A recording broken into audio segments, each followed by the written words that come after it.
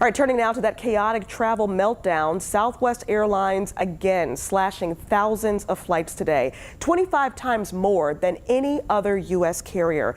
Nearly 2,500 flights, more than 60% of Southwest's schedule already canceled. And tomorrow, not looking much better. So we're covering this from 3 different angles this morning. We start now with Casey Baylor at Norfolk International. Casey. Yeah, Ashley, well, a lot of those cancellations already rolling in here at ORF. I mean, in the last hour, there were about 7 flights expected to be on this board. Now, one of them dropped, but still 5 of the Southwest airline flights canceled for today. Only one of them set to take off. Now, we saw those long lines outside of the Southwest check-in counter. We're expected to see them today and likely tomorrow as well. Southwest is warning passengers it plans to fly a reduced schedule over the next few days to get back on track. They're blaming weather and system failures for the mess. Now, the aftermath goes beyond cancellations. Southwest now faces a federal investigation, and a U.S. Senate committee has vowed to investigate what went wrong. All of this as the airline CEO publicly addressed the problem for the first time. We're doing everything we can to return to a normal operation. And please also hear that I'm truly sorry. Well, Casey, it wasn't just the weather, though. There's something about how Southwest operates that's slowing its recovery. Tell us about that.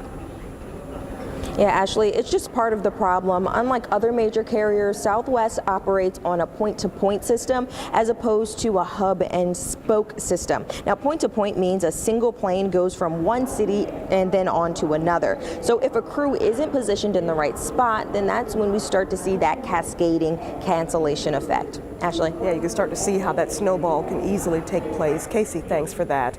And you've probably seen the piles of luggage, but then there's this. That's a Southwest pilot on the tarmac in Dallas, helping to load luggage onto his own plane. Now, if you're impacted by this, knowing your rights can go a long way. Teresa Woodard walks us through it. Customers whose flights are canceled between December 24th and January 2nd may rebook or request a refund without extra fees.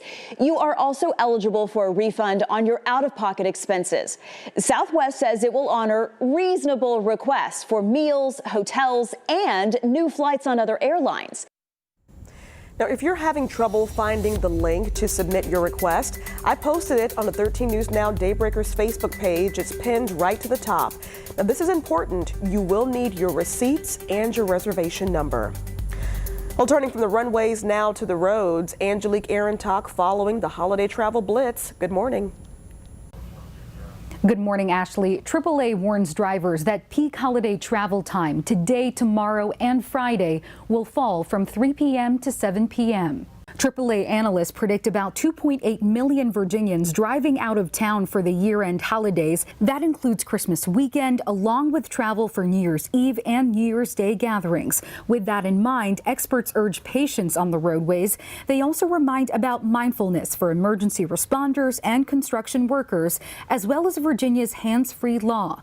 Michelle Harris of Virginia Beach tells me she's keeping the influx of holiday-related travel in mind, too. It definitely has been busy. Run into a lot of accidents. I think people not paying attention, and you know there have been tons of traffic. Another note for drivers: Virginia law enforcement are stepping up patrols as part of the Commonwealth's Drive Sober or Get Pulled Over campaign. The DUI enforcement and public education effort is underway until New Year's Day. Angelique, thank you. We are keeping you updated throughout the day online and on our new streaming platform, 13 News Now Plus.